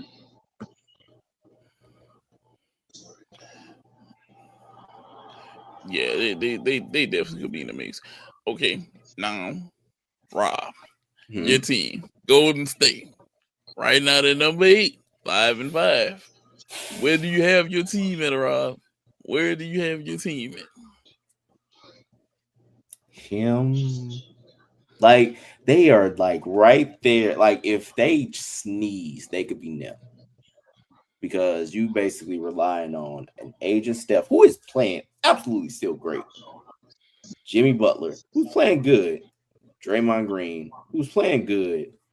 You don't know what the fuck Kaminga is going to do. B-Pod is still playing all right. Like, and then Will Richard, the cat from Florida. Like, there's some him still there, but that could easily be a them very quickly. Can I say this? We're 10 games in, an eighth of the way through the season, and thank God Draymond hasn't kicked anybody in the nuts yet or pushed them over. Yeah. Yes. Keyword. Mm-hmm. This is the key word. That in mind. Just keep it in mind. I think that there's still some him there. I don't know, bro. They're missing something. And I don't know what it is. It's something that they maybe I need Quentin Post to step out and be even better than what he's been for him at time. Maybe that'll be it. I'm not sure yet. But I do think that there's still some him in Golden State. Now, this is where we get into the questionable teams right here. Starting at number 9. I got to make one question. Number 9. Until them boys get eliminated, they still got Steph Curry on the team. Who gonna still shoot that motherfucker from half court and drain? The game right now, still. That shit is him. I think it's just because. It's just because the aging of the superstars of Butler, Green, and Curry. They're aging. So, the youngins are taking over, and I think that's why they kind of falling. But I don't think they're gonna be a them no time soon. That's all. Yeah, but it's the same thing with the Bucks. It's like he just like Giannis. He is him, but it's a lot of them in that team, or at least close to them. They like the cats that's there. Like I think they could all play and they could all be good. But when it comes to this West, they don't really have the team to compete with those other teams that we just talked about. Yeah. They lucked out and basically beat the Rockets in that 7-game series. Like it's yeah. Now I'll say this: Phoenix. I don't believe in Phoenix. No. I believe Phoenix is in them. Devin Booker is nice. Booker's damn nice, but retooling after KD, Bradley Beal, you had to get rid of. Well, KD was gonna walk, and the Bradley Beal thing was just he just left. They get the excuse for being them though. Like they get a pass this year. This is a mulligan year for them. Yeah, it is a mulligan year, but Book has shown some flashes of he may try to wheel this team to a top 8, and it may be possible for them to land in top 8, which is good. Now, this is a team that I just campaigned last time to send Ja Morant to the Pelicans. The Memphis Grizzlies, okay? The more this shit unfolds, the more I just don't see Ja Morant being there by the trade deadline. I think by February, he's gone. I don't know if you guys heard what was said, but did you guys hear what KD told that man daddy during the game? I heard about it. I can't remember what he said, though. He told that man, your son don't even want to be here right now. Oh, yeah. And this is during the game. This is during the game. Okay? And as he's talking about this, I'm like, he's having a conversation with your dad on the sideline. But here's what I have to say about that. T. Morant, father to father, Get the fuck off the sideline, my dude. Like the reason why that quote is there is because you're there. KD's not saying that to random fans. Your ass be right there trying to be an IG honey on the motherfucking sideline. Nigga, get off the fucking sideline, my dude. Like that's the reason why that go sit in the back. Go sit the regular Go sit with the regular folks. Like skybox it, nigga. It's gotta feel a lot better to be in a skybox. Go sit up there, get all the refreshments, get motherfuckers waiting on you right there. Because your boy, your son, your star son is right there. So you're gonna get a really nice box. Sitting right there on court side, like nigga, stop trying to work off your son's fame. Point blank. That's what you're doing. We all know it. We all see it. That's what you're doing. Hey, I feel where you're coming from. The LA Clippers. Him or them? I'm gonna tell you now. I feel as though they are them, and it's not because they got knocked out of the playoffs. Okay, last year I'll say this. It was a little bit of a controversy, and Jarvis know where I'm about to go with this. With that Aaron Gordon quote unquote put back dunk shit to say that they took Denver 7 games. That easily, if that goes their way, we may be talking about Clippers second round. They fight and they were healthy, blah blah blah. Right now, they're them to me because they're not completely healthy. Well, they are somewhat healthy. They're not winning, but at some point, I think that they're gonna start winning again. It's gonna be a Kawhi type thing, and I'll say this.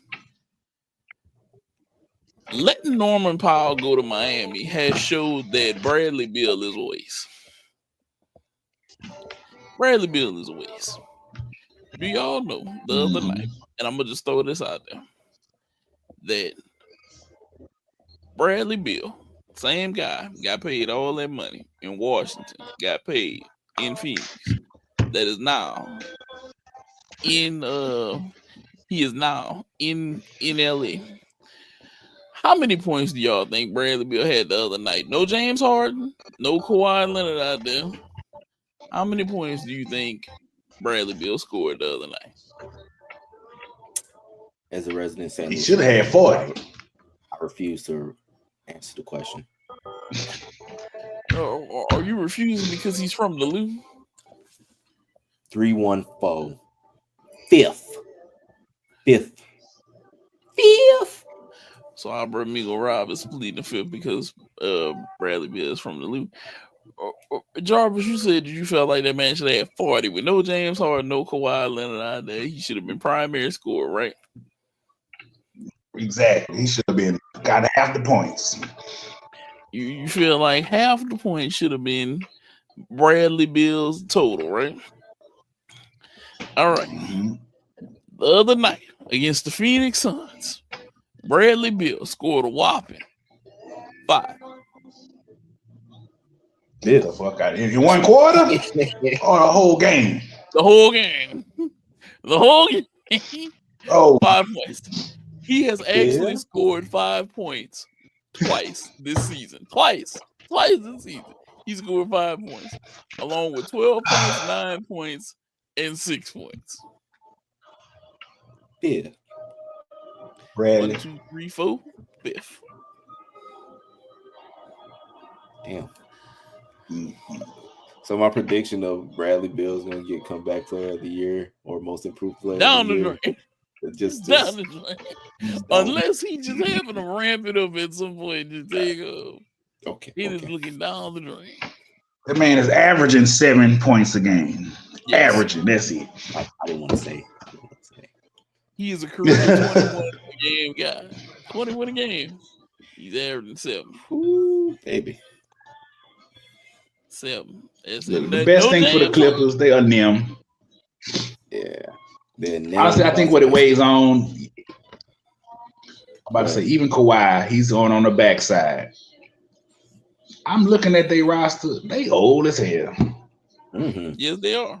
Their roster is old. But they were playoff smitten, and they got John Collins. They picked some young pieces, but I'll say this. Bradley Beal was not worth losing Norman Powell right now. Mm-hmm. Norman Powell would shoot the ball and he'd hit shots. Bradley Beal literally is averaging 7.4 points a game. This is a dude who just a couple years ago had like $200 million contract. I just want you to think about it. A few years go by. 7 points a game right now. And he ain't got nobody to blame but himself, because the other night, no James Harden, no Kawhi, no James, ball in his hand. Just not it. Just not it. Niggas need to aspire to get some motherfucking help. Yeah, like it is incredible how much of a dramatic fall off that was for them for that. Now, Sacramento Kings. Yeah, just keep going. I don't think we need going. Do we need to waste our time on this one? I'm gonna be real. The next four: Sacramento, Utah, New Orleans, and Dallas. There's only one that intrigues me any, and that's Dallas, because Kyrie has to come back. They have to get healthy. They have Cooper Flag. They have to figure this thing out. But I'll say this: Sacramento, it amazes me how y'all lose games at times. Utah, the only thing good over there to me is Lauren Marketing right now. Yeah, Wade Kessler, Walker Kessler is out for the season. Yeah, he's out for the season. And they have the conundrum of they don't know if they're going to pay him or not now because he's out for the season. Because he was due a contract. And then the Pelicans, Zion is out with a phone bruise, with a foot bruise. He's trying to recover back. The Pelicans, DeJounte Murray isn't back. We do have an up-and-coming guard that's nice, Jeremiah Fears. But we just got to win the other night after having so many close losses, which we now have 2 wins. Maybe there's a little upside for the Pelicans coming. We don't know. We have to see how everything works out. And in Dallas has Anthony Davis, who was like an MVP candidate type person, losing. No Kyrie though. No Kyrie. Okay, which is crazy. And that, they have some of their bigs back. They got the number 1 draft pick. He's starting, but I don't think Dallas has even remotely figured out anything to do with anything. And it's like, damn, y'all are really struggling at the bottom of the board. That's I just want to say this. After all this pedestal, they put Dallas on the biggest ass pedestal, especially for landing the number 1 pick.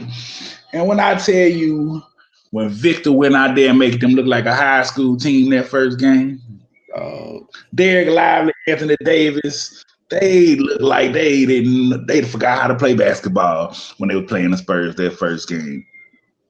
And it was just sad like that to say they got this defense now, they're gonna be good. They couldn't stop a fart from coming out if they wanted to. And then I'm more upset at Klay Thompson. Klay Thompson should be the man in the guard play right now. He should be, as I say. 7.6 points. Klay Thompson should be showing out. 2025, Klay Thompson. I mean, or something like. Come on, can't even get 15 points a game. Seemingly engaged to Meg the Stallion, Klay Thompson. I'll say this. He should be better. That man is in a consulting role. That man is not an employee. He's in a consulting role. That man is over here just overseeing. That he is not somebody that is a worker. That him taking on some kind of managerial role is not what you get Klay Thompson at this stage in life to be, my brother. Like that is man. That is not taking over shit. You said what? Max Christie to me is their best guard player. I never really was a fan of D'Angelo Russell. That's just my personal opinion. I mean, but the NBA Max Christie, he need to come up. Yep. So and like they just they pedestal just dropped a whole lot with me. Everybody putting them on this pedestal. Never think about it. Nim.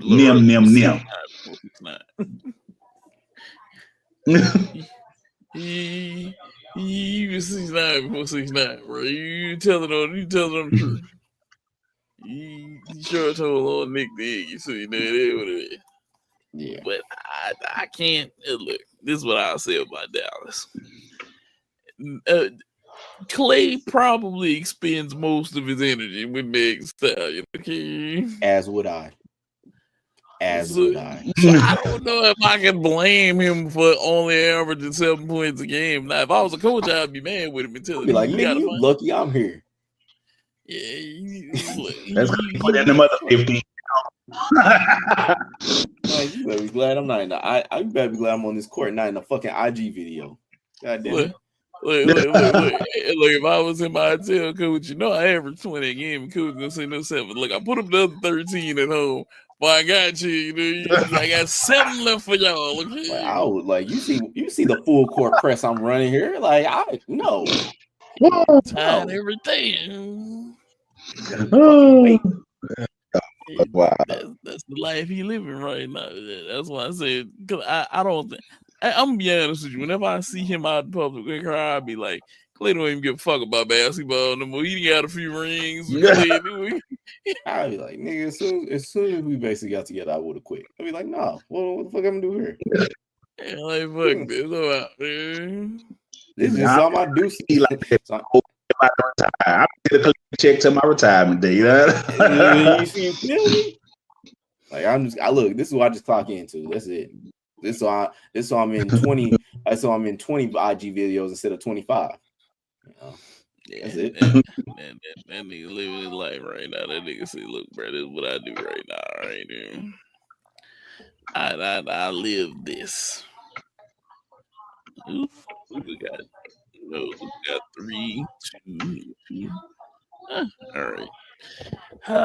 Well, guys, look, we're so glad to come to y'all to be live here, Brah Migos Podcast. We've enjoyed talking to you guys today. But right now we're probably about to all go watch sports because it's Saturday. LSU on right now. Yeah, Bama and LSU. I'll peeping that out later. Roadies. Go Tigers. Yeah, exactly, bro. Exactly. Goddamn trade amongst us right now. Fungus among us. Oh, Tide, baby. Y'all only got 3 points. Don't worry. Y'all only got 3 points. Well, I understand, y'all how y'all hating? Y'all ain't even in the club. Come on now. Y'all on the outside of the top 25 hating on the number 4 ranked team. Right? Come on, if I skin your ass tonight, I should be going in. No. 3 losses, LSU? Come on, man. 3 losses? I should be making my way. Brian Kelly gone, and the governor picking the next coach for whatever fucking reason. So we good. We're gonna make it work.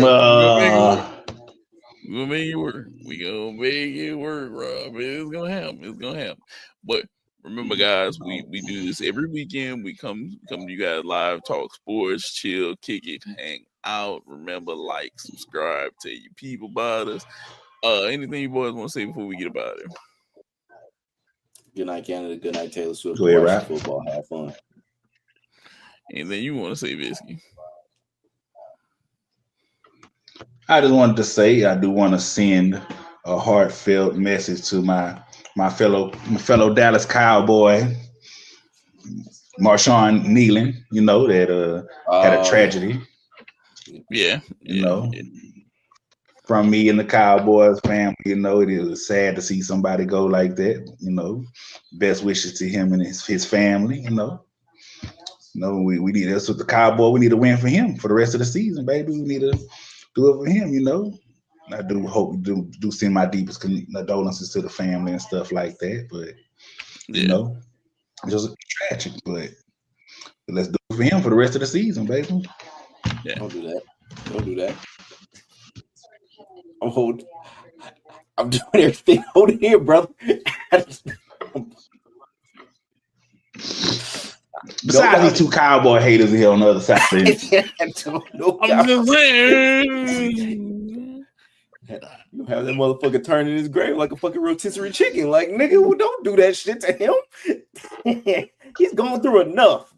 Don't say, oh, we need to win it for him. The nigga gonna go fucking sick. Like, nigga go fucking. I'm trying to give us some kind of motivation. God damn. Nigga, get some realism, nigga. Y'all niggas still living. He the one that died. Like, maybe the defense can actually wake up and not be asleep for once. I mean, goddamn. Prayers to the Kneeland family. Yes, prayers to the Kneeland family. But don't not the Cowboys. Which I talking. Them niggas and now they are going to play football games, maybe win some, probably lose some. But yeah, they'll definitely win and lose some. Now, with that being said, we're out of here. Deuces. Peace out.